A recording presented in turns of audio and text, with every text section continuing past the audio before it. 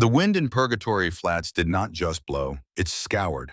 It carried the grit of three dried-up counties, a fine alkaline powder that found its way into the seams of boots, the actions of rifles, and the deep creases of men's faces.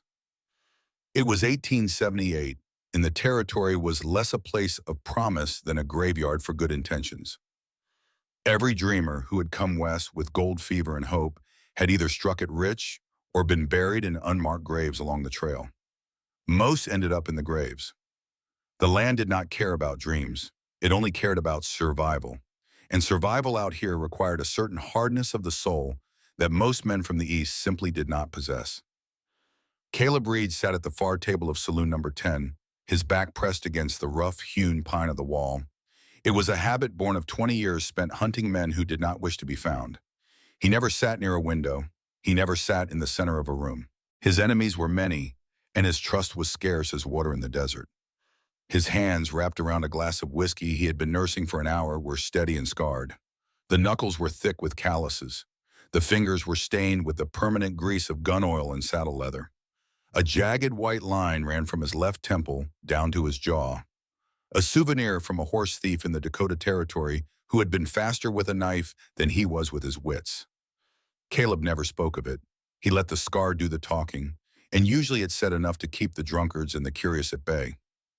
He drank alone. In this line of work, friends were liabilities. Conversation was a distraction that could get a man killed. He had learned that lesson the hard way 15 years ago, when his partner had been shot in the back, while Caleb was busy laughing at a joke.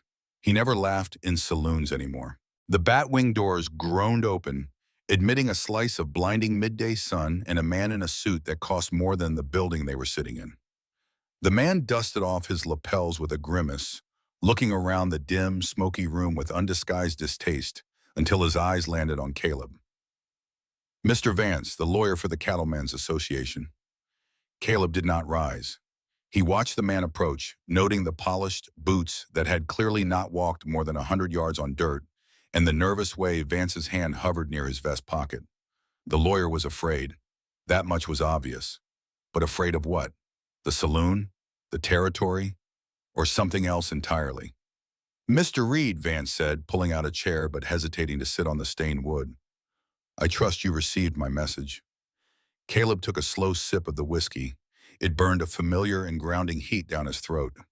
"Sit down, Vance. You are drawing eyes." Vance sat, perched on the edge of the chair like a bird ready to fly at the first sign of danger. He reached into his coat and withdrew a folded piece of thick parchment, sliding it across the table with trembling fingers. "Judge Holloway sends his regards. He wants this matter handled with the utmost discretion and speed. We are prepared to offer a premium for your services."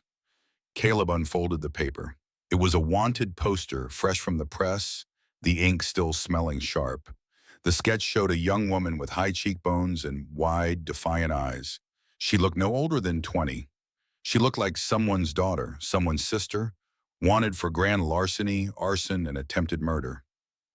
The woman known as Angel. Reward $3,000. Caleb's eyebrows lifted slightly. $3,000. That was not a bounty. That was a king's ransom. A man could buy a sprawling tract of land in Oregon for that kind of money. He could build a house with glass windows and a porch that looked out over green valleys instead of gray scrub. He could stop sleeping with his gun under his pillow. He could stop looking over his shoulder every time he walked into a room. "She does not look like much of a killer," Caleb said, studying the sketch. "She is deceptive," Vance said, his voice dropping to a conspiratorial whisper. "She worked in the judge's household. A charity case, you understand. The judge took her in out of the kindness of his heart, despite her background." Caleb looked up. "Her background." Vance sniffed with obvious disdain. "She is of mixed blood. Apache on her mother's side, they say. Or maybe Mexican. It is hard to keep track of the mongrel lines out here. The point is, she has that wildness in her." Ungrateful creature. She set fire to the carriage house, stole the judge's strongbox, and nearly slit the throat of the stable master when he tried to stop her. "She is dangerous, Mr. Reed. A viper in human skin." Caleb looked back at the poster. The accusations were written in flowery, heavy-handed legal language. Words like malicious intent and depraved heart stood out against the rough grain of the paper. It felt too polished, too heavy for a domestic dispute. Alive or dead, Caleb asked. Vance paused. The judge prefers her returned alive to face justice. It is a matter of law and order. But the poster says dead or alive. If she resists, well, we understand the hazards of your profession. Caleb folded the poster and tucked it into his vest. Half now, Vance said, sliding a heavy canvas sack across the table. The clink of gold coins was a sound that cut through the murmur of the saloon. Half when you bring her back. I will take the G, Caleb said. Vance stood up, looking relieved. She was last seen heading south toward the Badlands near the border. Run her down, Reed. Do not let her cross the river. Caleb watched the lawyer leave. He finished his whiskey, feeling the weight of the gold in his pocket and the weight of the lie in the air. $3,000 for one woman. Either she was the devil himself or someone powerful was very afraid of what she might say. The trail south was a scar on the face of the world. The land here had been stripped of kindness by years of drought and neglect. It was a place of cracked riverbeds that had not seen the water in a decade, of twisted mesquite trees that clawed at the sky like skeletal hands, and wind that never ceased its low, mournful howling. Caleb rode a big roan gelding he called Bishop. The horse was ugly, battered, and possessed an endurance that defied biology. They had been partners for 7 years now, ever since Caleb had won him in a poker game in Abilene. Bishop had carried him through blizzards and gunfights and everything in between. The horse was the closest thing Caleb had to a friend. They moved at a steady trot, eating up the miles while the sun beat down on Caleb's hat with the weight of a hammer. He tracked her for 4 days across terrain that would have killed a lesser rider. She was not good at hiding, but she was fast. She moved with the desperation of a creature that knows the hounds are loose. He found her camps. Small, pathetic circles of stones where she had tried to build fires. He found the heel of a boot print in the mud of a dried spring. The stride was short and uneven. She was limping. But as he rode, the unease in his gut began to grow. On the second day, he stopped at a burned-out homestead she had allegedly raided for supplies. The poster had claimed she was an arsonist, a fire starter. The ruins were still smoking when he arrived. Caleb dismounted and walked through the ash. The smell of charred wood filled his nostrils.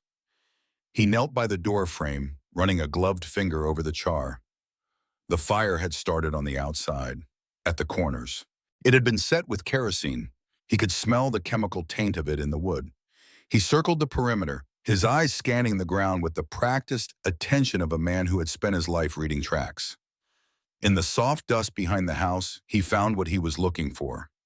Tracks, but they were not the small, uneven prints of the girl he had been following. These were heavy, flat-heeled boots, a man's boots.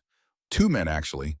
They had ridden in from the east, dismounted, set the fire, and ridden out the same way. The girl's tracks came later. He saw where she had approached the ruins, circled them once, and then fled south in a panic. She did not burn this, Caleb said to the empty air. He stood up, looking at the horizon. The poster said she was a monster. The track said she was being framed. Or perhaps she was being hunted by more than just him. Why would the judge lie about the nature of the crimes? If she was a thief, call her a thief. Why paint her as a demon? Because a demon is easier to kill, he thought. And a demon does not get a trial. On the 5th day, the sky turned the color of a bruised plum. The wind shifted, carrying the metallic scent of snow and freezing rain. A storm was coming, a blue norther that would sweep down from the peaks and freeze a man solid if he was caught in the open. Caleb pushed Bishop hard. He knew there was an old way station 10 miles ahead, a relic of a failed stagecoach line. It was little more than a stone shack with a caved-in roof, but it would offer walls. The snow began to fall as twilight deepened, heavy wet flakes that stuck to his eyelashes and coated Bishop's mane. Visibility dropped to near zero. He saw the way station looming out of the white haze like a tombstone. Bishop snorted, pinning his ears back. Caleb reached down and patted the horse's neck. Easy, he murmured. He saw the horse first. A gaunt, limping mare tied to a dead scrub oak on the sheltered side of the shack. It was saddled, but the leather was old and cracking. The animal looked ready to collapse. She was here. Caleb drew his Colt Peacemaker. He swung down from the saddle, his boots crunching softly in the gathering snow. He tied Bishop next to the mare, giving the strange horse a quick check. It had thrown a shoe and its hoof was split. No wonder she had stopped. He moved to the door of the shack. It hung on one leather hinge, banging softly against the frame. Caleb pushed it open with the barrel of his gun and stepped inside. The interior was dark, smelling of wet rot and ancient dust. The only light came from the gray storm outside. There, a shadow detached itself from the gloom. A figure lunged at him in, a glint of steel flashing in the dim light. Caleb sidestepped with the efficiency of a man who had done this 100 times. He caught the wrist that held the knife, twisting it sharply. There was a gasp of pain, and the knife clattered to the dirt floor. "Stay down," he commanded. She was smaller than he expected. The woman known as Angel sat pressed against the stones, clutching her wrist. Her clothes were rags, a torn calico dress covered by a man's oversized wool coat. Her hair, black as a raven's wing, was matted and wet, but it was her eyes that held him. They were dark, terrified, and burning with a fierce animal defiance. She looked nothing like the seductress on the poster. She looked like a child who had been kicked by the world until she forgot how to stand. "You," she hissed, "you are one of them." Caleb lit a small lantern. "I am not one of them," he said. "I am the man who caught you." Angel scrambled backward, trying to find purchase on the wall to stand. Her eyes darted to the open door where the storm howled and threw snow into the shack like handfuls of salt. The wind screamed through the gaps in the stones, a sound like a wounded animal crying out in the night. "Do not try it," Caleb said. "The storm will kill you before you make a mile. And your horse is done." "I would rather the storm," she spat. Her voice was raw, torn by days of running and nights of sleeping in the cold. There was venom in her words, but beneath that venom, Caleb heard something else. Fear, pure, undiluted terror. She tried to lunge past him, a desperate, clumsy sprint toward the doorway. She was fast, fueled by adrenaline and the primal instinct of a cornered animal. But she was weak. Days of starvation had stolen the strength from her limbs. Caleb caught her by the back of the coat. It was like catching a bird. She felt fragile, light, like if he squeezed too hard, she might shatter into 1,000 pieces. He swung her around, not roughly, but with an immovable solidity. She flailed, her hands striking at his chest, useless against the heavy canvas of his duster. "Let me go," she screamed, the sound tearing at her throat. "Let me go." Caleb pinned her arms to her sides, holding her steady until the fight drained out of her. She trembled violently in his grip, her whole body shaking with exhaustion and fear. He looked down at her face. He saw the terror in her eyes, not the fear of being arrested, not the fear of justice. This was the fear of being hurt, the fear of being violated. It was a specific kind of fear he had seen in dogs that had been beaten too often by their masters. Something in Caleb's chest tightened. He released her slowly, taking a step back to show he did not intend to strike her. He held his hands up, palms open, the universal gesture of peace. "Run if you want, Angel," he said. The words hung in the cold air. It was not a taunt, it was a statement of fact delivered with a weary heaviness. But the West is smaller than you think. There is nowhere you can go that a man with $3,000 on his head cannot find you. And the next man who finds you might not ask you to sit down. She stared at him, the fight slowly turning into confusion. Her chest heaved with ragged breaths. The firelight from his small lantern cast dancing shadows across her gaunt face. 3,000, she whispered. The poster said 3,000. Caleb watched her process the number. It seemed to strike her like a physical blow. Her legs gave out, and she sat heavily on the dirt floor, pulling her knees to her chest like a child seeking comfort from a nightmare. $3,000, she murmured. For a maid, for a servant. They are spending $3,000 to hunt down a woman who scrubbed their floors. Caleb did not respond. He moved around the small space, gathering dry wood from a pile in the corner left by some previous traveler. He built a small fire in the center of the room where the roof was still intact. The smoke curled up toward a hole in the stones, escaping into the storm. The warmth began to spread slowly through the shack. Caleb could see Angel watching him from the corner, her dark eyes tracking his every movement. She was waiting for the violence, he realized. She was waiting for him to become the monster she expected him to be. "Why did you not kill me?" she asked. Her voice was small now, barely audible over the wind howling outside. The poster says dead or alive. I saw it in the last town. I know what that means. Caleb poked the fire with a stick, sending sparks spiraling upward. I do not kill unless I have to, and the judge wants you back alive. She let out a dry, bitter laugh, a sound that held no humor at all. The judge wants me silent. Returning me alive just means he gets to watch me hang. He gets to make a show of it. Justice for the people. Caleb paused. He looked at her across the flickering firelight.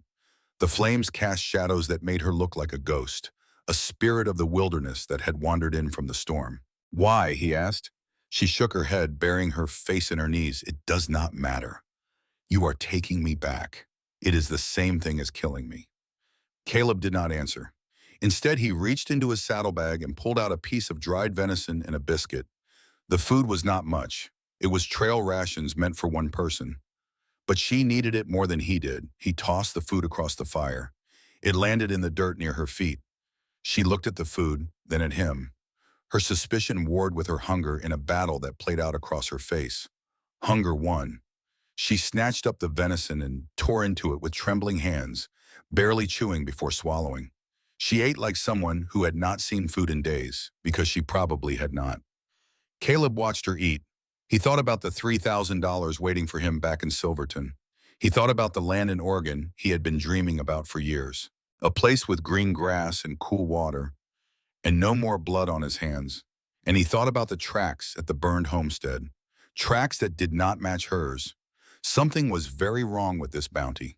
Something was very wrong with this entire situation. And Caleb Reed, for all his faults, had never been able to ignore a wrong. The storm outside intensified. The wind slammed against the stone walls, whistling through the chinks in the mortar. The temperature in the shack was dropping rapidly despite the fire. The cold was seeping in through every crack, every gap, every imperfection in the ancient structure. Caleb sat with his back to the wall, his hat pulled low over his eyes. He watched her finish the food and curl up on the hard ground, trying to conserve warmth. She looked so small, so fragile. Nothing like the dangerous criminal described on the wanted poster. You take the bedroll, he said abruptly. She looked up, crumbs still on her lip. What? It is freezing, he said. Take the blankets. I have my coat. I will not sleep next to you, she said, her voice hardening again with suspicion. Caleb sighed. He stood up and moved the bedroll closer to the fire, then sat back down on the hard earth, wrapping his duster tight around himself. I did not ask you to sleep next to me. I told you to take the blankets. If you freeze to death, I lose my payday. She hesitated, her eyes searching his face for the trap. But there was no trap. Just a tired man offering a small kindness in a cruel world. Slowly, reluctantly, she crawled toward the bedroll. She wrapped herself in the wool blankets, pulling them up to her chin. She watched him with those dark, unblinking eyes. Caleb tipped his hat down over his eyes, feigning sleep. But he did not sleep. He listened to the wind screaming outside. He listened to the crackling of the fire, and he listened to the breathing of the woman across the fire, the rhythm of her breath, the small sounds she made as she shifted position. An hour passed, maybe two. The fire burned lower. The cold crept deeper into the shack. You are shivering, she said into the darkness. I am fine, he grumbled. You are rattling like a bag of bones, she retorted. Her voice had gained a little strength with the food. The venom was still there, but it was tempered now by something else. Curiosity, perhaps, or maybe just the practical recognition that they needed each other to survive this night. Caleb lifted the brim of his hat. The fire was dying low, the flames reduced to embers that cast a dim orange glow. She was sitting up, the blanket wrapped around her shoulders. If we both freeze, no one wins, she said. She lifted the edge of the blanket. It was an invitation born of survival, nothing more. A truce dictated by the thermometer, two enemies agreeing to share warmth because the alternative was death. Caleb hesitated. He knew the danger of this, not physical danger. He could snap her neck before she could blink if she tried anything. But the danger of closeness, the danger of seeing the human being beneath the bounty. Once you saw someone as a person, it became much harder to deliver them to the hangman. He crawled over to the bedroll. He lay down on the edge, keeping his back to her. his hand resting near his gun belt. She lay down on the other side, putting as much distance between them as the narrow blankets would allow. They lay there in the dark, the heat of their bodies slowly pooling under the wool. He could smell the dust in her hair and the faint metallic scent of the blood from her split lip. He could feel the warmth radiating from her small frame. "Run if you want, Angel," he had said. She had not run. And now, listening to the storm scream like a banshee over the plains, Caleb Reed wondered if he had just made the biggest mistake of his life. He wondered if, by morning, he would still be the man who could turn her over to a hangman for a bag of gold. The wind howled and the fire went out, leaving them in the dark, breathing the same air, waiting for the dawn. Sometime in the night, still asleep, she shifted closer to him, her back pressed against his, her warmth merged with his, and Caleb, despite every instinct screaming at him to move away, stayed exactly where he was. When he woke hours later, she was still there, still breathing, still alive. And somehow that simple fact mattered more to him than it should have. The morning sun did not rise so much as it bled across the horizon, a pale, sickly yellow that offered no warmth against the receding storm. The snow that had threatened to bury them had turned to a slushy, miserable gray mud that clung to everything it touched. Caleb woke first. He always woke first.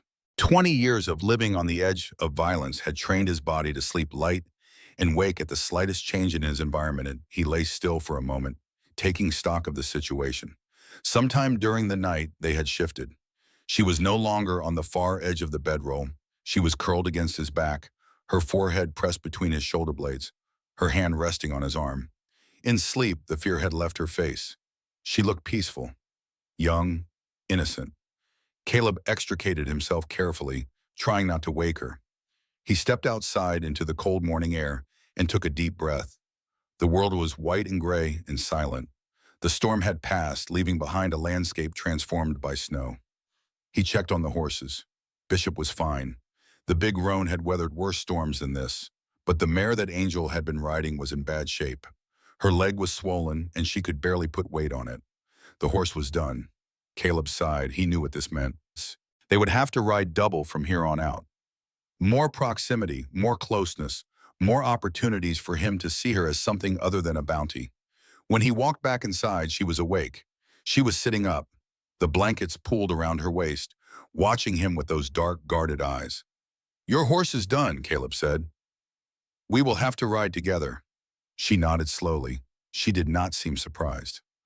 "I know. I knew when I stopped here. I was hoping the storm would kill you before you found me." It did not. No. She looked at him, and for a moment something flickered in her eyes. Something that might have been disappointment or might have been relief. It did not. They packed up what little they had. Caleb tightened the cinch on Bishop's saddle, the leather creaking in the stillness.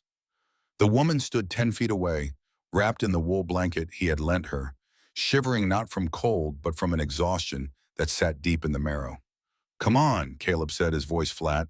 He mounted Bishop and kicked his left boot out of the stirrup, extending a hand down to her. She looked at the hand, then at his face. Her eyes were dark pools of mistrust. She did not move. "We have 40 miles to the county seat," Caleb said, keeping his hand extended. "You can walk and freeze, or you can ride and live. It makes no difference to my wallet, but it slows me down." She stepped forward, gripped his forearm, and swung up behind him. Her arms went around his waist tentatively, barely touching the canvas of his duster. She held herself stiff and separate, maintaining as much distance as possible while still staying on the horse. "Hold on," Caleb commanded. He spurred Bishop forward. As they picked up speed, her grip tightened by necessity. She pressed her face against his back to shield it from the biting wind. Caleb could feel the heat of her, a strange and unsettling weight against his spine. They rode in silence for hours. The terrain shifted from the high scrub into rolling, dust-choked plains. The wind never ceased its low, constant moan across the empty landscape. Caleb found himself checking on her more often than necessary, turning in the saddle to make sure she was comfortable, adjusting their pace when he felt her grip weakening. When they passed a group of travelers on the road, rough-looking men on tired horses, Caleb steered Bishop to place his body between Angel and the strangers. It was an instinctive move, a shielding gesture that he did not even realize he was doing until he saw her watching him with that measuring look. "You are doing it again," she said quietly. "What? Acting like a shield, protecting me from them." "I am protecting my investment," Caleb lied. She did not respond, but he felt her grip on his waist relax slightly. The rigid tension in her body eased just a fraction. They made camp that evening in the shelter of a dry creek bed, shielded from the worst of the wind by a cutbank of red earth. Caleb built a fire from dried mesquite roots that burned hot and fast. He watched her as she sat across the flames, unwrapping the makeshift bandage on her ankle. The leather of her boots was worn through, and the skin beneath was raw and blistered. She had been running on injured feet for days. The pain must have been excruciating. "Let me see that," Caleb said. He reached for his saddlebag and pulled out a tin of salve he used for saddle sores and gunshot grazes alike. It smelled of turpentine and beeswax. She pulled her foot back sharply, her eyes narrowing. "I can do it myself. You will infect it, and then I will have to cut your foot off," Caleb said, uncapping the tin. "I do not get paid for a one-legged woman." He moved around the fire, crouching before her. He waited, his hands open, palms up. He did not grab her. He did not force her. He let her make the choice.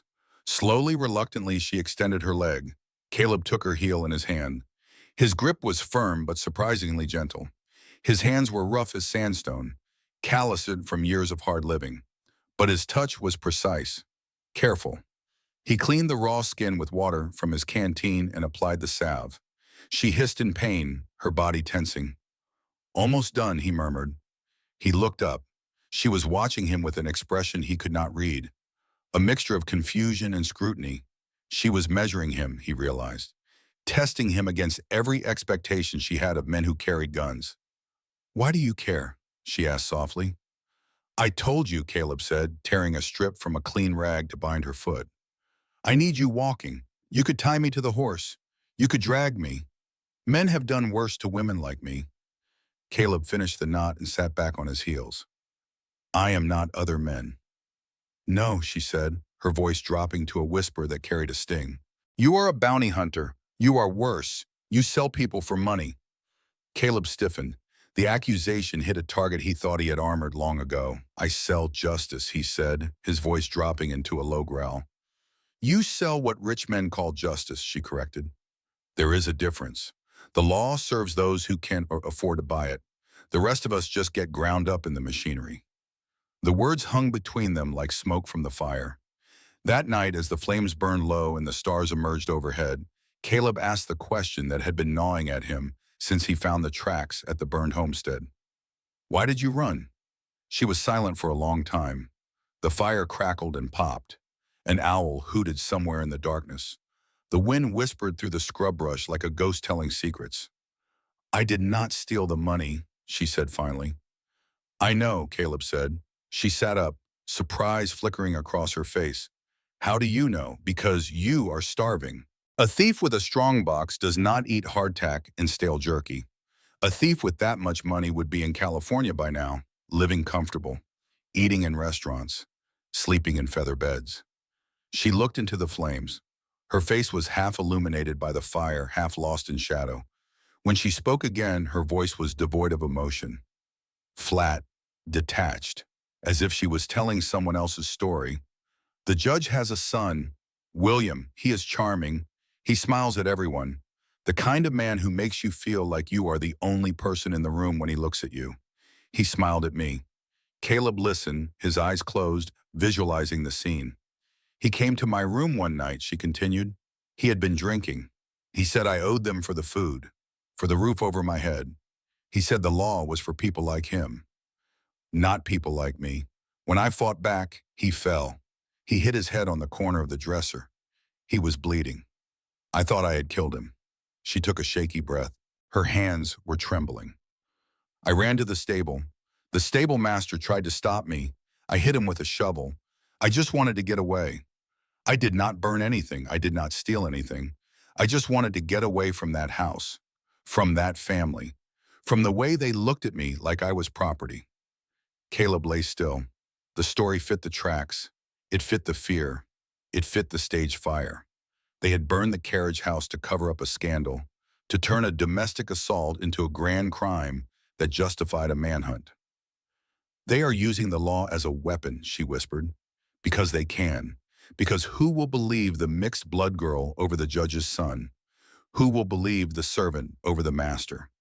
Caleb felt a heavy stone settle in his chest. He knew the answer. No one. That was the ugly truth of the West. Justice was for people who could afford it. For people with the right connections, the right blood, the right name. For everyone else, there was only survival. What is your real name? Caleb asked. She looked at him across the fire. For a long moment, she said nothing. The flames danced between them, casting shifting patterns of light and shadow across her face. Then, in a voice barely above a whisper, she answered, Elena. My name is Elena. It was the first true thing she had given him, a piece of herself that the wanted posters and the lawyers and the men with guns could not touch. Elena, Caleb repeated. He did not know why saying her name felt like making a promise, but it did. She looked at him differently after that, not with trust exactly, but with something that might eventually become trust, given enough time and enough proof that he was not going to hurt her. That night, when the fire burned low and the cold crept in, she moved closer to him without being asked, not touching, but close enough that he could feel her warmth. Close enough that they were sharing the same small circle of heat in the vast, cold darkness of the plains. Caleb did not move away. They pushed hard through dangerous terrain the next day. Caleb had decided to take a shortcut through a narrow canyon known locally as Devil's Throat. It was a risky choice. The canyon was a natural choke point, a place where outlaws and bandits had been ambushing travelers for decades. But it would save them 2 days of riding, and Caleb wanted to get this job done. He told himself it was because he wanted his money. The sooner he delivered the girl, the sooner he could buy that land in Oregon. The sooner he could stop being the man he had become. But that was a lie, and he knew it. Devil's Throat was a place of red rock walls that rose 300 feet on either side, blotting out the sun. The trail was narrow, winding through boulders and scrub oak. The air was still and heavy. Sound echoed strangely off the stone, making it impossible to tell where noises were coming from.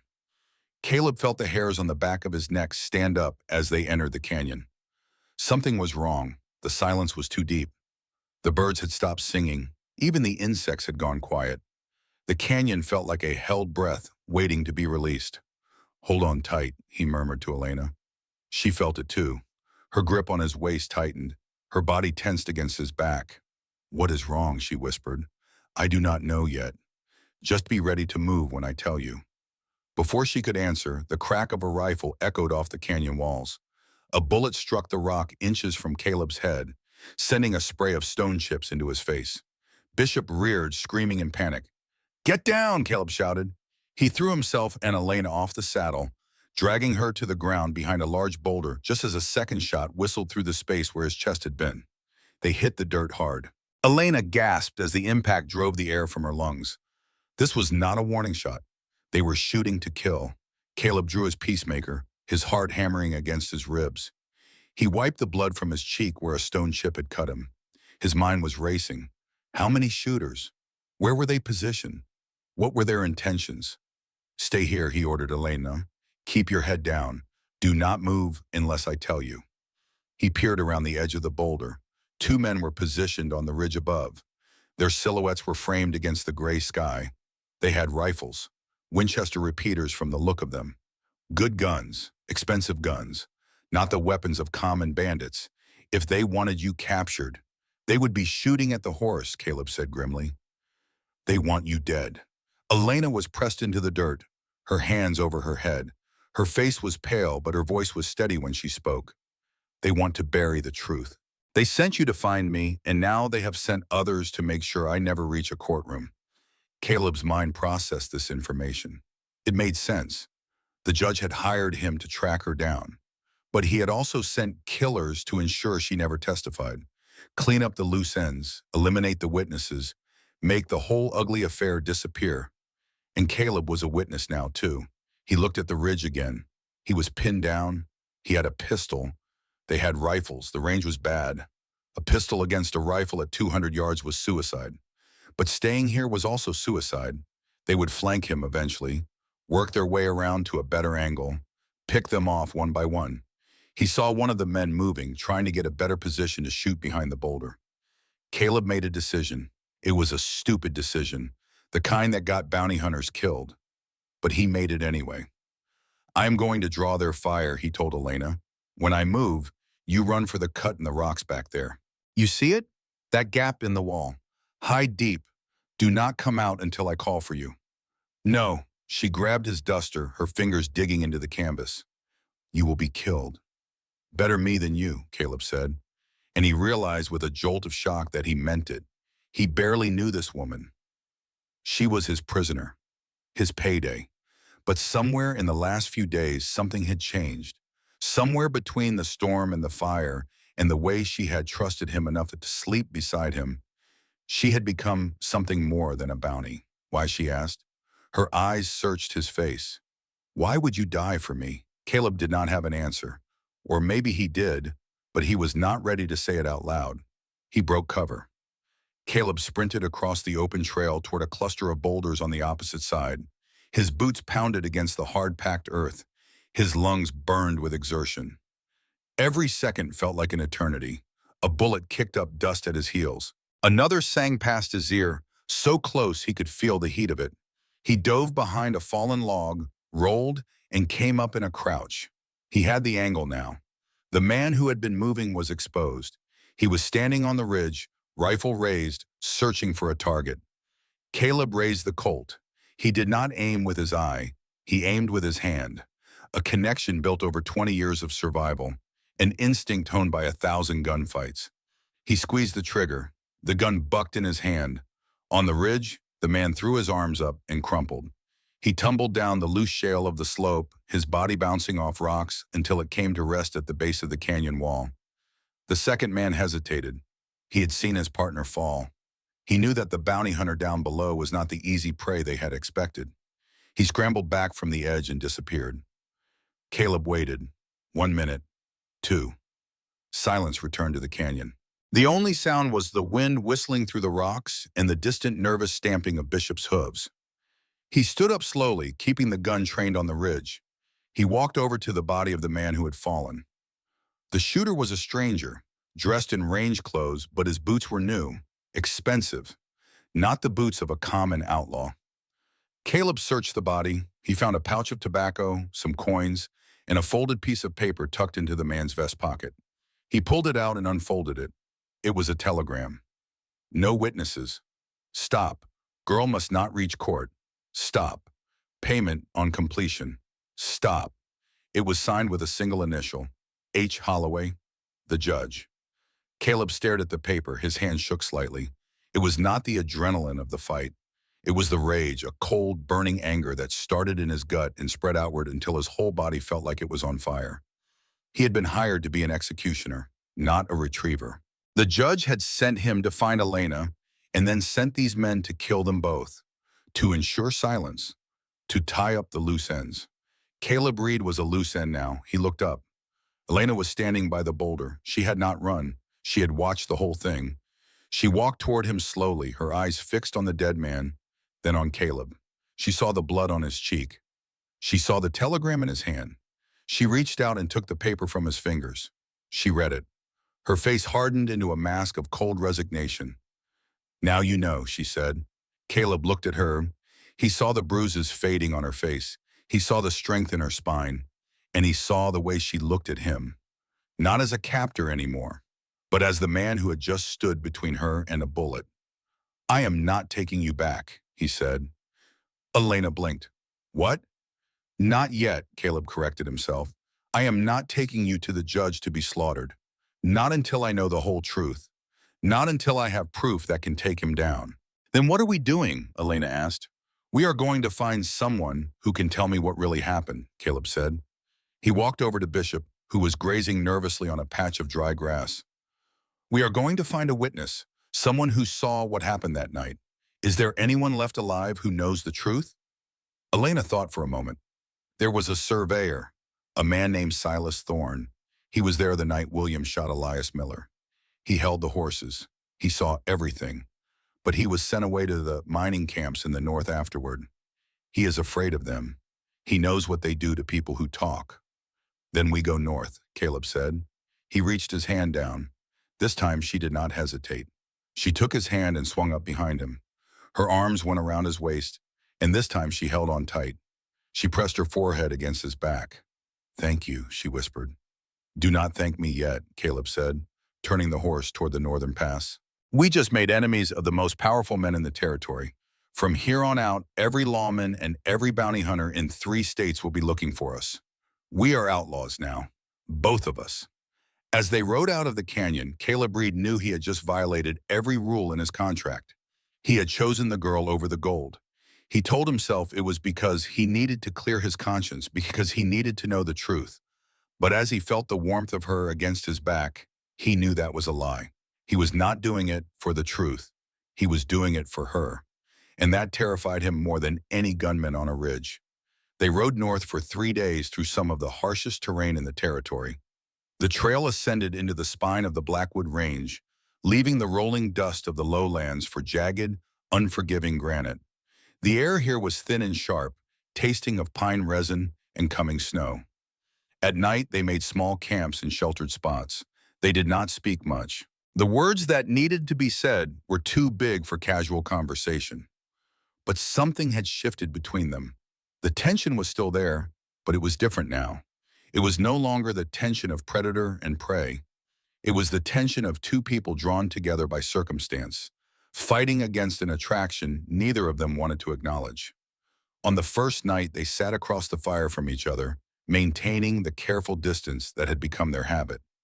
But when the cold crept in and the wind picked up, Elena moved closer without asking permission. Caleb did not object. On the second night, Elena told him more about her past, about her Apache mother who had died of fever when Elena was 7, about her father, a cavalry soldier who had loved her mother despite the whispers and the stares of his fellow soldiers, about growing up between 2 worlds, belonging to neither, too white for the reservation, too Indian for the towns. "My mother used to tell me that I was a bridge," Elena said, staring into the flames, "that I could walk in both worlds and bring them together. But she was wrong. I was not a bridge. I was a crack that both sides tried to fill with their hatred." Caleb listened without interrupting. He understood more than she knew. He had been an outsider himself once, before the war, before the violence, before he had learned to make himself hard enough to survive. On the 3rd night, Caleb told her about his own past, about the wife he had lost to cholera 15 years ago, about the baby that had died with her, about how he had started hunting men because it was easier than feeling anything, because it gave him a purpose that did not require him to think about the empty space inside his chest. "I told myself I was bringing justice," Caleb said, his voice rough. "I told myself that the men I hunted were evil, that the world was better without them. And maybe some of them were. But others, they were just desperate, just hungry, just trying to survive in a world that had decided they were worth more dead than alive." Elena reached out and touched his hand. It was the first time she had initiated physical contact. Her fingers were warm against his cold skin. "You are not that man anymore," she said. Caleb looked at her. The firelight danced in her dark eyes. "How do you know what kind of man I am?" "Because you are here," she said simply. "Because you chose to be here." They did not touch again that night, but something had passed between them. An understanding, a recognition. They were both wounded creatures, trying to find their way in a world that had hurt them too many times. The mining town of Iron Creek appeared on the 4th day. It was a festering sore on the side of the mountain, a collection of tents, shanties, and mud, populated by men who had given up on God and were now gambling on geology. The air stank of sulfur and desperation. The streets were rivers of mud, churned by wagon wheels and desperate feet. Caleb pulled his hat low as they rode in. He knew men in camps like this, men who read wanted posters, men who would sell their own mothers for the right price. "We need to find a man named Silas Thorne," Caleb said quietly. "He is a surveyor, a drunk from what I hear. If anyone knows where he is, it will be the doctor. Doctors know everyone in mining towns. They see everyone at their worst." They found the doctor's tent near the assay office. It smelled of carbolic acid and stale whiskey. Doc Evans was a small, bird-like man with spectacles cracked down the middle. He looked at Caleb and Elena with the tired eyes of someone who had seen too much suffering to be surprised by anything anymore. "Reed," the doctor said, wiping his hands on a bloody rag. "I heard you were dead. Or retired. Same thing out here, I suppose." "Not yet," Caleb said. "I am looking for Silas Thorne." "Thorne," Evans laughed. A hacking sound that turned into a cough. "That drunk is down at the Bucket of Blood Saloon trying to drown a ghost. Been there for a week straight. Says he is waiting for the devil to come collect the debt. If you ask me, the devil already has him. He just does not know it yet." The Bucket of Blood lived up to its name. It was dark, loud, and smelled of violence and cheap whiskey. The sawdust on the floor was stained with substances Caleb did not want to think about. When he pushed through the doors, the conversation did not stop entirely. But it shifted. Heads turned. Eyes tracked them across the room. Caleb walked to the bar. He ordered a whiskey and turned to scan the room. He spotted the other bounty hunters almost immediately. 3 of them, sitting in the corner. He knew one, a man named Gathers who hunted wolves when the human bounties were scarce. Gathers was watching him with a sneer, twisting his bearded face. "Well, look at this," Gathers called out, his voice carrying over the noise. "The great Caleb Reed. We heard you went sot, heard you were nursemaiding a squaw instead of bringing her in." The room went quiet. Even the piano player stopped his tinkling. Caleb did not move. He kept his hand near his hip, his fingers loose and ready. "Watch your mouth, Gathers." "Or what?" Gathers stood up, hitching his belt. "You going to shoot me for speaking the truth? Word is out, Reed. The syndicate says you turned traitor. Says you are sleeping with I am the bounty. $5,000 now. 5 for you and 5 for her, dead or alive. I am thinking about collecting." Ugly laughter rippled through the room. Elena stiffened beside him. Caleb felt the heat rise in his neck. It was not the insult to him that burned. It was the slur against her. He turned slowly to face Gathers. "I am here for a man named Thorne," Caleb said evenly. "Anyone who stands in my way will find out just how soft I have gotten." Gathers hesitated. He looked at Caleb's eyes. They were cold and dead as the winter outside. He looked at the tied-down holster on Caleb's thigh. He looked at the scar running down Caleb's face. The wolf hunter sat back down, grumbling into his beer. Caleb turned his back on them and walked to a table in the dark rear of the room. A man was slumped over the table, his head resting on his arms. A bottle of rot-gut whiskey sat empty beside him. "Thorne," Caleb said. The man groaned and lifted his head. His eyes were red-rimmed and unfocused. He looked like a man who had not slept in a month, a man haunted by things he wished he could forget. "Who are you?" Thorne slurred. "I am the man who is going to save your life," Caleb said.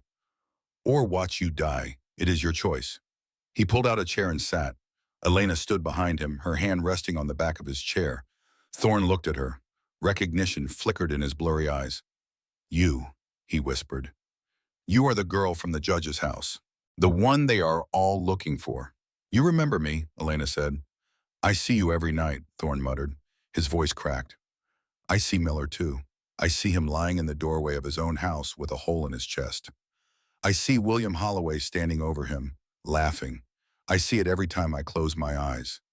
I drink to make the seeing stop, but it never stops. It never stops." Caleb leaned forward. "We know what happened, Silas. We know William Holloway pulled the trigger. We need you to say it to a judge, a real judge, not Holloway."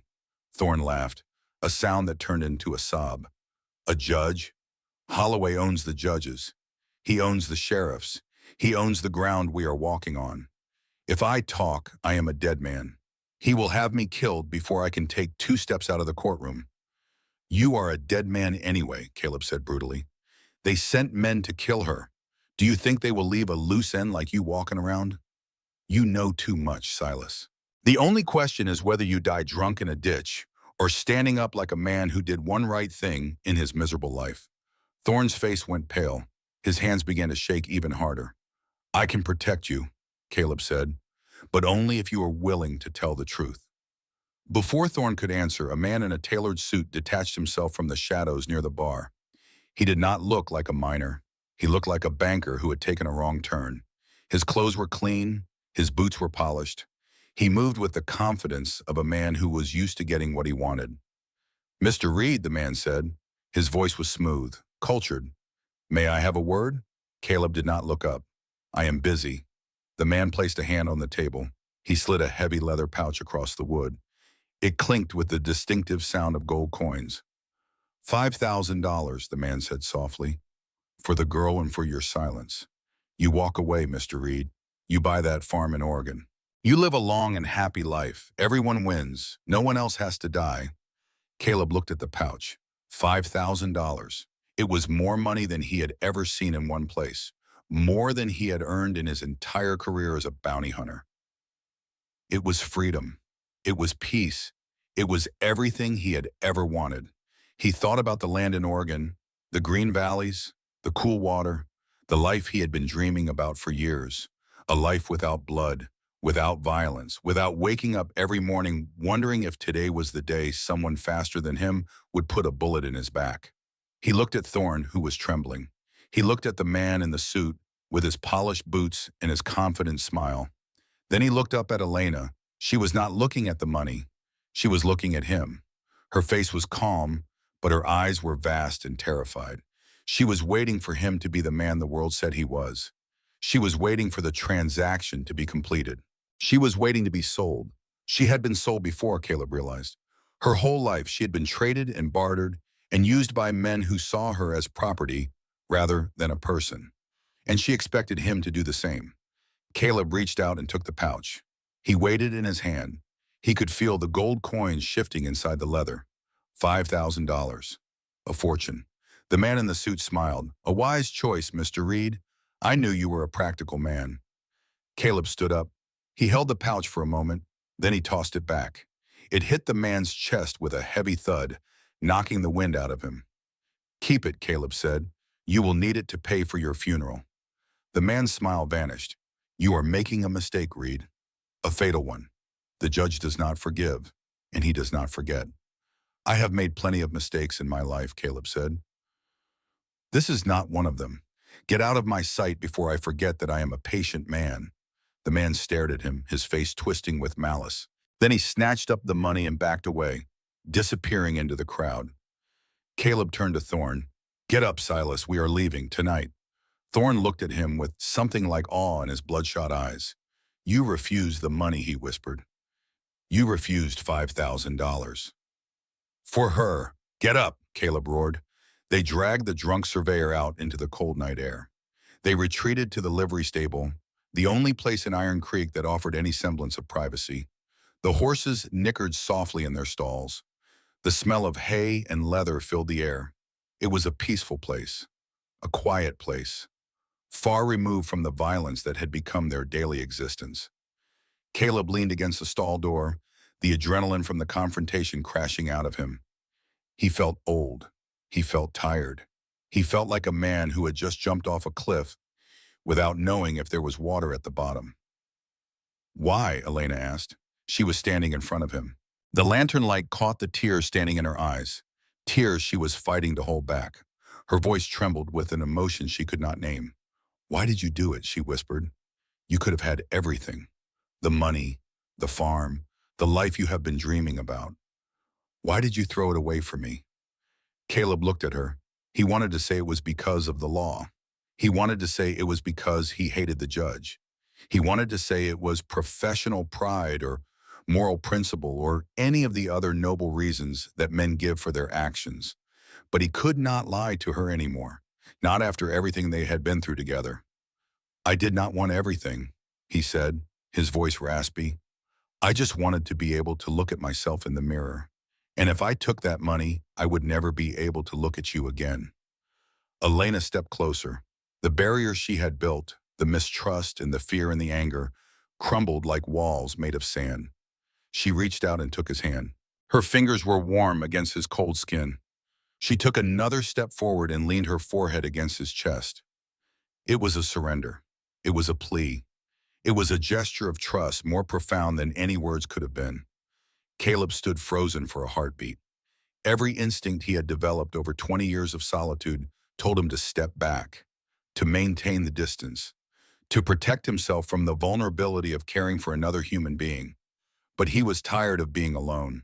He was tired of being a ghost, walking through a world that did not care if he lived or died. He was tired of the silence and the emptiness and the cold. Slowly, he raised his arms and wrapped them around her. He pulled her close, burying his face in her hair. She fit against him as if she had been carved from his own rib, as if she had always been meant to be there. "Thank you," she breathed into his coat. "I have you," he whispered back. "I have you, Elena." The moment stretched, suspended in time. The smell of hay and horses, the cold wind whistling through the cracks in the stable walls, the warmth of her body against his. It was an intimacy more terrifying than any gunfight. It was a responsibility. He had bound himself to her now, not with chains, but with a choice. He pulled back slightly, looking down at her face. Her eyes were searching his, looking for something. Permission, perhaps. Or maybe just confirmation that what she was feeling was real. "We cannot stay here," he said.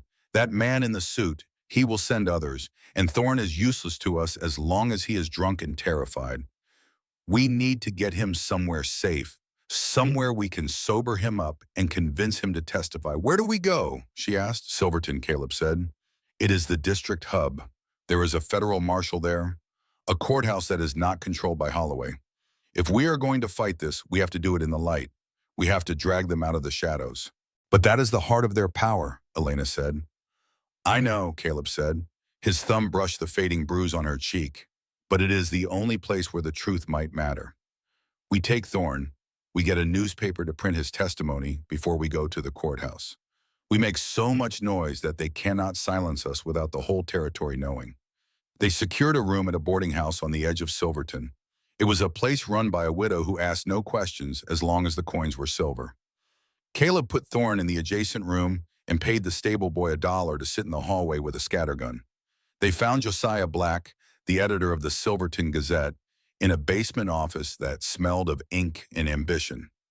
Black was a cantankerous old man with ink-stained fingers and a hatred for the syndicate that burned like a religious conviction. He agreed to print Thorne's testimony, but he needed more than words. "I need documents," Black said, polishing his spectacles with a dirty rag. "Proof. Without physical evidence, it is just one man's word against a judge. And the judge has a lot more friends than your drunk surveyor." "The deed," Elena whispered. Her face had gone pale. "Miller's deed, the one that William took that night. The judge keeps important papers in a safe in his townhouse. I know where it is. I know the house. I cleaned it for 3 years." "You cannot break into a judge's house," Caleb said. "That is burglary. Even if we find what we need, they will say we planted it." "I still have the key to the servant's entrance," Elena said. Her voice was stronger now. "Determined. I hid it in the garden wall the night I ran. I can get in without anyone knowing. I can find the proof we need." That night, they infiltrated the judge's townhouse. Elena led Caleb through the garden to a loose stone in the wall where she had hidden the key months ago. The metal was cold in her fingers as she unlocked the servant's entrance. They slipped through the darkness into the silent house. Caleb had never felt so exposed. Every creak of the floorboards sounded like a gunshot. Every shadow looked like a threat. But Elena moved through the house with the familiarity of someone who had walked these halls 1,000 times. The safe was in the study. Elena found the combination written in the judge's ledger, hidden in a desk drawer. The old man's arrogance was astounding. He never imagined that anyone would dare to violate his sanctum. When Caleb opened the heavy iron door, he found more than he had bargained for. The documents inside revealed horrors beyond a simple land grab. The judge was not just stealing property, he was running a labor scheme. Prisoners were being arrested on trumped-up charges and leased out to work the judge's irrigation projects. They were worked until they died. Then they were buried in unmarked graves and forgotten. It was slavery, hidden in plain sight, protected by the law. "This is monstrous," Caleb breathed, leafing through the papers. "This is the truth," Elena said. "This is what they wanted to silence. This is what they are willing to kill for." They were about to leave when they heard the front door open. Voices in the hallway. The judge and his son, returning home unexpectedly. Caleb pulled Elena behind the heavy velvet curtains of the study window. They stood pressed together in the small dark space, barely breathing, as the judge and William walked into the room not 10 feet away. For 10 agonizing minutes, they listened to the two men discuss their plans. How to handle Caleb Reed. How to silence the girl permanently. How to make the whole problem disappear. The bounty hunter has gone rogue, the judge said, pouring himself a brandy. He is a liability now. I told you we should have killed them both in that canyon, William whined. Pike's men were incompetent. Pike is handling it, the judge said. He has assembled a team. 12 men. They will find them. And when they do, there will be no more witnesses. No more problems. Just 2 more bodies for the coyotes. When the judge and his son finally left the study, Caleb and Elena escaped through the window and ran into the night. They found shelter in an abandoned carriage shed behind an old church. The rain was falling now, drumming against the roof, sealing them in. Elena collapsed onto a pile of hay, her chest heaving with relief and terror. We did it. We actually did it. Caleb walked over to her. The adrenaline was fading, replaced by something sharper, more volatile. He had never felt so alive, so terrified, so certain that he was exactly where he was supposed to be. You were brave, Elena. I have never seen anyone braver. She looked up at him. Her hair had come loose from its braid, falling around her face in dark waves. The moonlight filtering through the slats of the shed illuminated her eyes. I was terrified, she admitted. I thought if I went back there, I would become small again. I thought I would just be the girl they used, the girl who scrubbed their floors and pretended not to see their cruelty. You are not that girl, Caleb said roughly. You are the woman who broke into the lion's den and walked out with his teeth. He knelt in front of her. The space between them seemed to vanish. Why did you stay? She asked. You could have walked away a dozen times. You could have taken the money. I did not know I was lonely until I met you, Caleb said. The truth tumbled out of him. Unbidden, unstoppable. I thought I was just solitary. I thought I liked the silence. But these last weeks, the silence is just noise when you are not there. Elena leaned forward. Caleb met her. The kiss was desperate. It tasted of rain and fear and a longing that had been suppressed for a lifetime. It was the collision of 2 people who had been running for so long that they had forgotten how to stop. That night in the abandoned carriage shed, with the rain drumming on the roof and the world trying to kill them, Caleb Reed and Elena found something neither of them had expected. They found each other. The next morning, they hurried back to the boarding house where they had left Thorne. The front door was open. Caleb drew his gun. Stay back, he hissed. He stepped inside. The hallway was empty. The chair where the guard had been sitting was overturned. He ran to Thorne's room. The door was smashed in. The room was wrecked. The bed was overturned. The window was broken. And Silas Thorne was gone. On the wall, scrawled in something that looked like blood, was a single word: sundown. Sheriff Brady caught them in the alley behind the boarding house. 12 deputies with Winchester rifles leveled at Caleb's chest. Drop it, Reed, Brady said. Caleb looked at the rifles. He looked at Elena. He could take 2 of them, maybe 3, but Elena would be cut down in the crossfire. Slowly, he slid the gun back into his holster and raised his hands. Where is Thorne? Caleb demanded. Thorne is in protective custody, Brady said smoothly. He confessed. Said you kidnapped him. Said you forced him to lie about the judge. It is a lie, Elena screamed. One of the deputies shoved her back.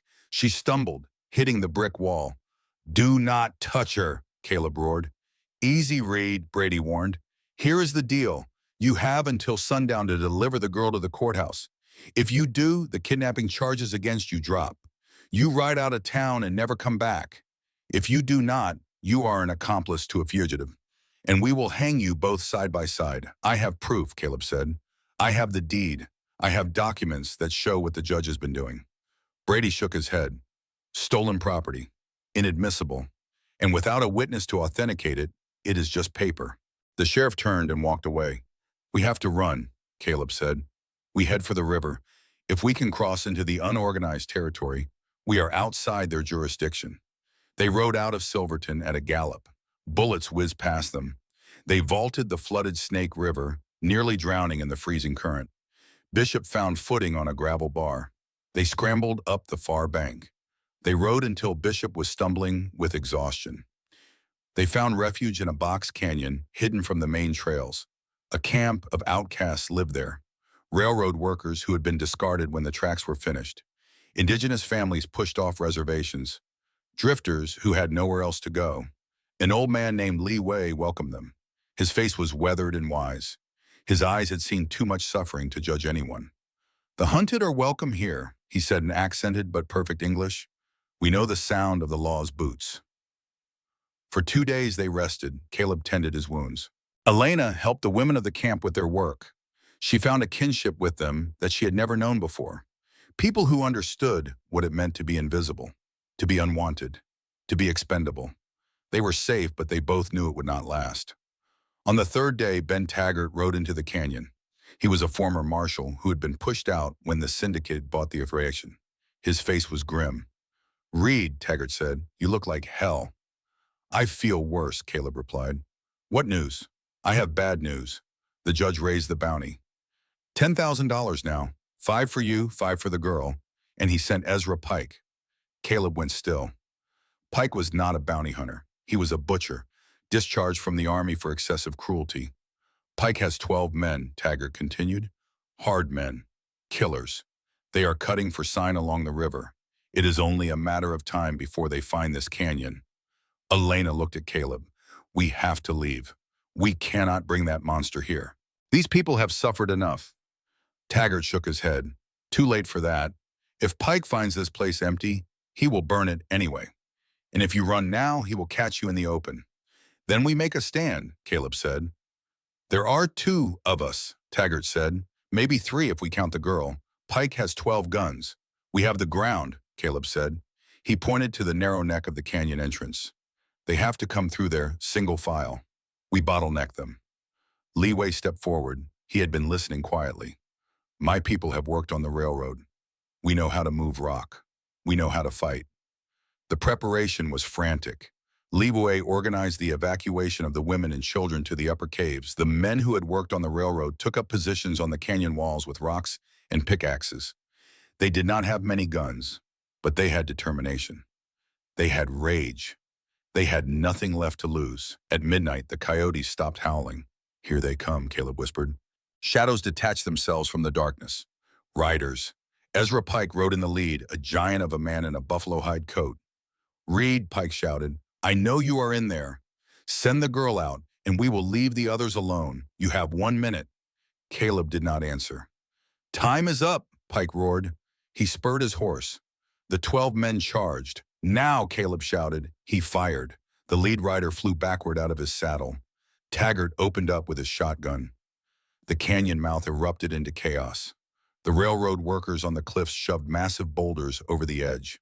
Rocks crashed down, smashing into the horses and men. But Pike rallied his men.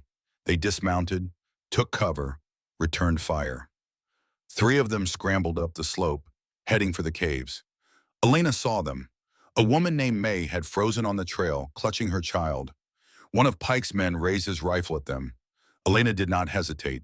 She stood up on the ledge, silhouetted against the moon. "Hey," she screamed, "I am here." The gunman turned. Elena fired. Her shot missed, but it sprayed rock fragments into his face. He stumbled back. May scrambled into the cave with her child, but Elena was exposed. "There she is," Pike screamed.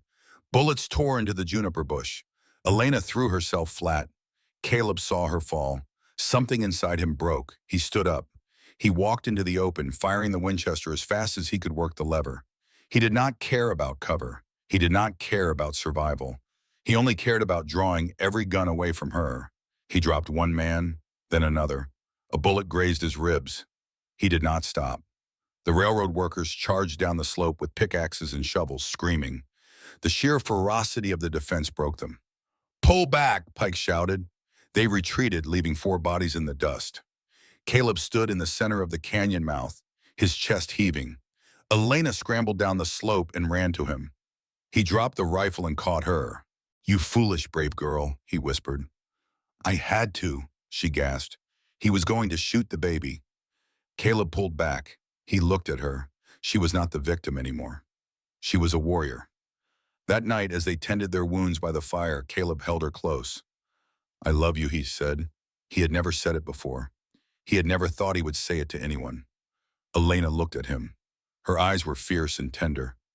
"I know," she whispered, "and I love you. That is why we have to win." "Tomorrow," Caleb said, "we go back to Silverton. We walk into the courthouse at high noon. We drag them into the light. Elena nodded. Together. Together. Caleb agreed. The sun hung directly overhead, a blinding white disk that bleached the color out of the Silverton town square. It was high noon, that mythical hour when shadows vanished and men were forced to stand entirely in the light. Caleb Reed rode Bishop down the center of Main Street. Beside him rode Elena on a borrowed mare. They did not ride with the frantic speed of fugitives. They rode at a walk, back straight, eyes forward. Flanking them were Ben Taggart and three of the railroad workers from the canyon, men who had nothing left to lose, men who had decided that this fight was worth dying for. White sheets of paper fluttered in the hot breeze. Josiah Black had done his work. The special edition of the Silverton Gazette had hit the streets an hour ago. The headline screamed from the page, "The blood on the judge's hands," a testimony of murder and slavery. People stopped on the boardwalks to stare. They held the newspapers in their hands. They whispered to each other. The air was thick with tension and the smell of impending violence. They reached the courthouse. It loomed over the square like a limestone god, cold and indifferent to the suffering of mortal men. Sheriff Brady stood on the steps with a dozen deputies. Behind them sat Judge Holloway in a high-backed chair, looking like a king on his throne. His son William stood at his shoulder, pale and sweating. To the left, Ezra Pike leaned against a hitching post, his hand near his gun. Caleb dismounted. He helped Elena down. She stood beside him, her hand steady. "Caleb Reed," Brady called out. His voice echoed across the silent square. "You are under arrest for kidnapping, assault, and inciting a riot." Caleb held up the ledger. "I am here to surrender evidence. Evidence of murder. Evidence of slavery. Evidence of corruption that reaches to the highest levels of this territory." "That is stolen property," the judge roared. His face was purple with rage. "Arrest him. Shoot him if he resists." Brady hesitated. He looked at the crowd gathering in the square. Miners, shopkeepers, farmers, families. They were watching. They were waiting. "I have a witness," Caleb announced. Elena stepped forward. She looked small against the backdrop of the massive courthouse and the armed men. But when she raised her head, she looked like a giant. "My name is Elena," she said. Her voice was clear, strong. It carried across the square like a bell. "I saw William Holloway shoot Elias Miller in cold blood. I saw them take men from the jail and work them to death in their ditches. I saw everything, and I am not afraid anymore." "Lies!" William shrieked.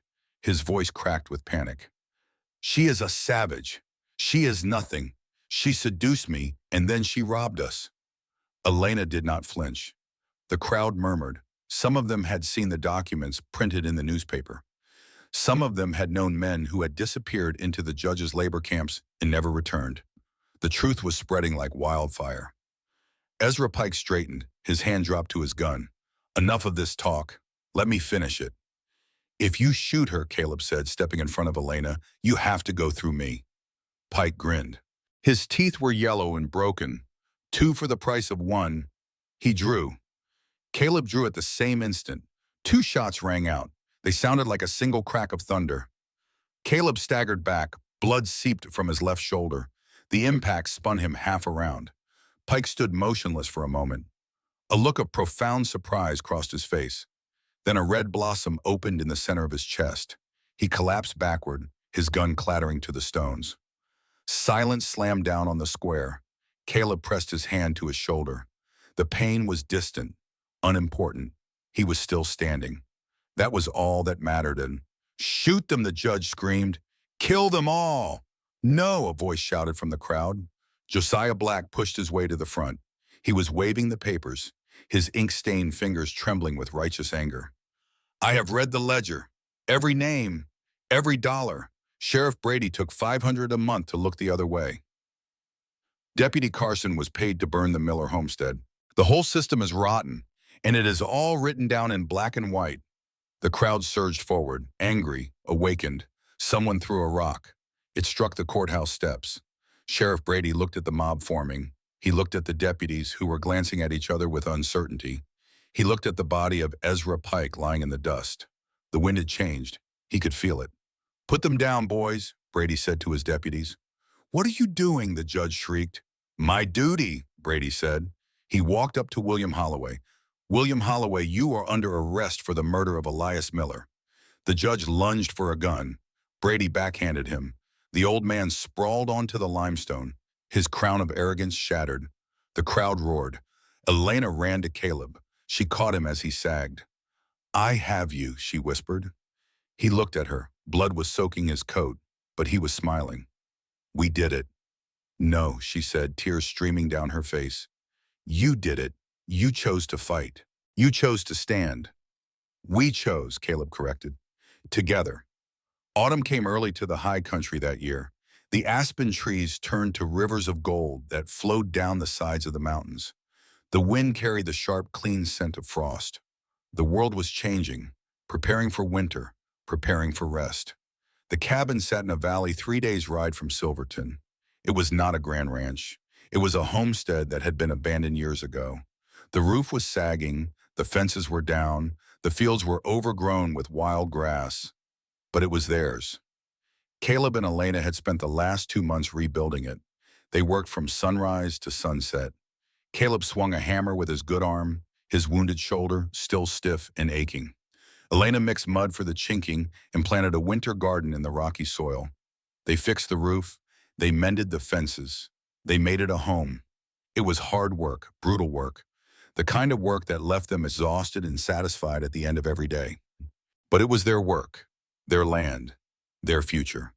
On a Tuesday evening, as the sun began to set behind the peaks, they stood on the porch. The air was cold. Caleb wore a heavy wool coat, his arm finely out of the sling. Elena stood beside him in a dress of blue calico that she had sewn herself. Her hair was loose, blowing in the wind. They watched the horses grazing in the lower pasture. Bishop was there, looking fat and content. It will snow tonight, Caleb said. Elena nodded.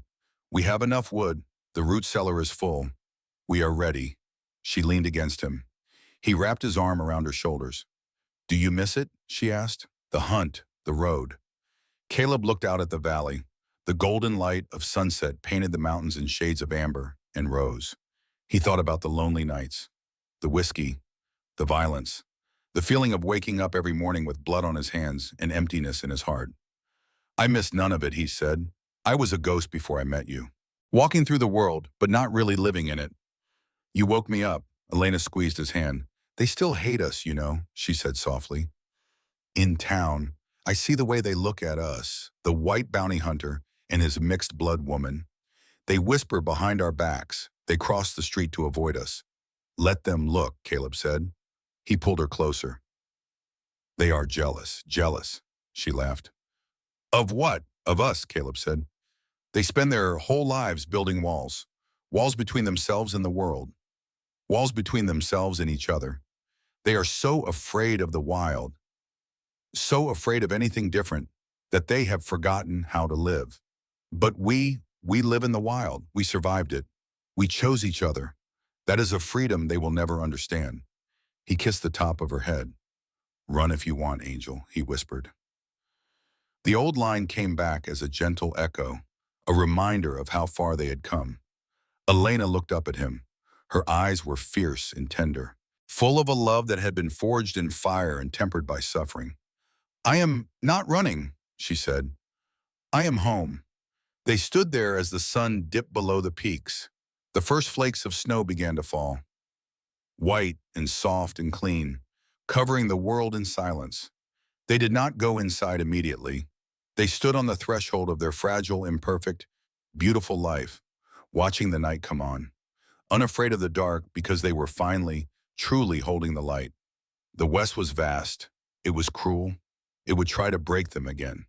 They knew this. There would be hard winters and lean years. There would be people who hated them for what they were.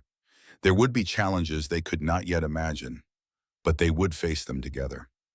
As the snow covered the ground, turning the world clean and new, Caleb Reed and Elena stood side by side, two wounded things that had healed into something stronger than iron, two outcasts who had found each other in the wilderness, two hearts that had finally come home. They went inside and closed the door against the wind, and in the warmth of their little cabin, with the fire crackling and the snow falling softly outside, they held each other close. They were home.